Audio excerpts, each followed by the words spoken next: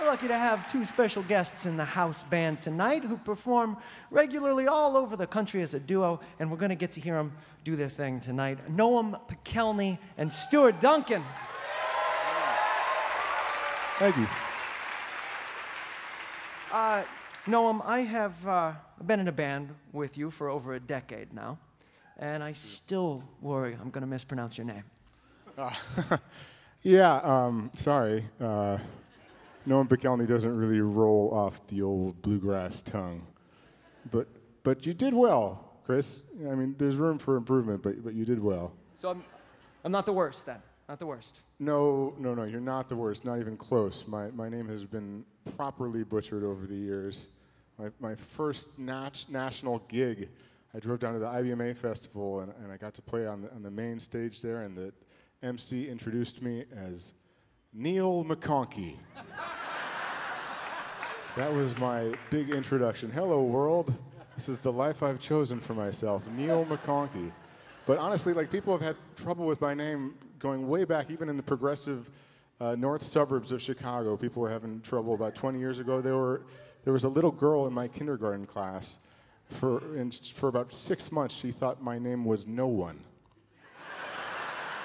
Yeah, we've always been having trouble. But honestly, the instance that takes the cake actually happened here in Nashville, Tennessee. Stuart Duncan and I were invited to play on the Grand Ole Opry a couple years ago, and this was our first chance to play on the Opry under our own names. We had, of course, played on the Opry many times before, but as members of bands, so this was going to be an opportunity to have our names called out on the Grand Ole Opry, and this was something we were looking forward to so much. When we arrived at the Grand Ole Opry, we discovered that the great Roy Clark was going to be hosting our segment of the show, and we were tickled about this. This was the last time we had a chance to be around Roy Clark before he passed away. This was such a thrill, but it dawned on Stuart and me right after we got there that there was just no chance in hell that Roy Clark was going to be able to pronounce my name.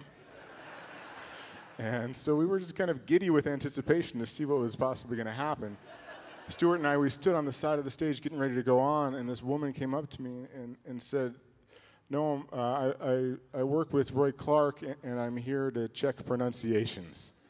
I said, "Okay, good." She said, is your name pronounced Noam Pikelny?" And I said, "Yeah, that's perfect. That'll be just great." And she kind of looked down and folded her arms and said, "Well, Roy's going to do his best." And I said, no pressure. It's just going to be fine. Like, I've been introduced as Neil McConkey. A girl thought my name was No One. No pressure. It'll be fine. She said, "No, Roy is going to do his best." And Roy Clark went out there on stage, and he kind of riffed for a little while. He finally got to the moment, and he said, "Ladies and gentlemen, please give a great Grand Ole Opry welcome to Noam and Pikelny and Duncan Ronaldo." We walked out. The audience was hysterical. This was supposed to be our big moment. They were still laughing about 3 minutes into the song. The entire time, I couldn't focus for the life of me. For the entire time, I was trying to figure out what happened. Like, did Roy Clark put so much energy into memorizing my name that there was just nothing left? It was baffling, and I finally told the story to a friend of mine. I said, "Yeah, Duncan Ronaldo." He said, "Oh, Duncan Ronaldo, of course." Duncan Ronaldo was the actor who played the Cisco Kid. And so finally I had clarity about that moment. At that exact moment, Roy Clark would have much rather been home watching reruns of the Cisco Kid than listening to Stuart and Duncan and I play fiddle and banjo. Hopefully you guys aren't feeling similarly right now, because we're going to play a couple tunes for you. This is the Laird of Drumblair into a song called "My Mother Thinks I'm a Lawyer."